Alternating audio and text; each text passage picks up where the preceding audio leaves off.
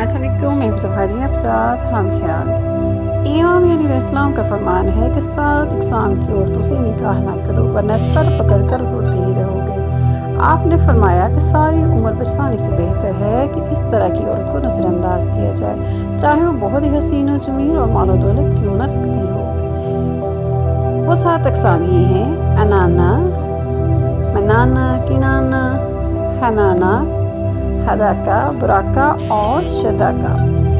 امام پاک نے اس کی تشریح یہ فرماتے ہیں: انانا یہ وہ عورت ہے جو ہر وقت سر پر پٹی باندھے رکھے۔ پہلے زمانے میں شکوہ شکایت کرنے والی عورت شوہر کے گھر آنے سے سر پر پٹی باندھ لیتی تھی تاکہ وہ یہ بتا سکے کہ میں تمہارے گھر میں سکھی نہیں ہوں۔ مطلب یہ کہ جو شکوہ شکایت کرنے والی عورت ہو اس سے نکاح نہ کیا جائے۔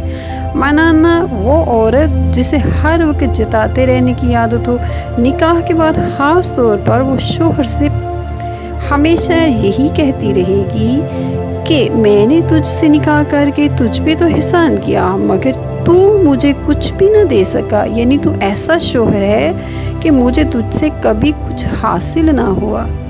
نمبر 3، کنانا۔ کنانا کے معنی ماضی کی یاد میں گم رہنے والی عورت۔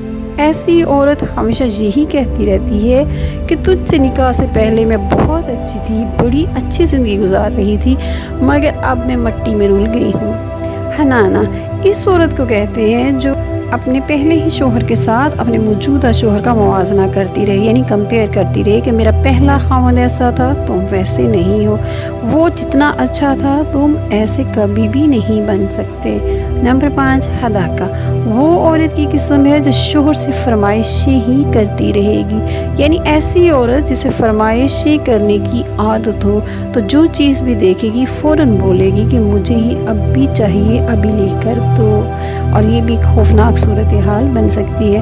نمبر 6، براکا بجلی کی طرح چمک دمک والی عورت۔ ایسی عورت ہر وقت اپنی بناؤ سنگار، صحت رکھ رکھاؤ ہی کی طرف متوجہ رہتی ہے، گھر بچے خاوند کسی کی پرواہ نہ کرنے والی عورت۔ تو مولا نے فرمایا کہ براکا یعنی چمک دمک رکھنے والی عورت سے بھی نکاح نہ کرے۔ شداکا زبان دراز، تیز زبان والی عورت۔ ایسی عورت میں اگر یہ خوبیاں ہوں تو ایسی عورت سے ہرگز شادی نہ کرنی چاہیے، کیونکہ ایسی عورت کی زبان سے ہر وقت جو تیر نکلیں گے وہ مرد کی غیرت کو چھلنی ہی کرتے رہیں گے۔ اپنا خیال رکھیے گا، پھر ملیں گے ایک نئی خبر کے ساتھ۔ السلام علیکم ورحمۃ اللہ وبرکاتہ۔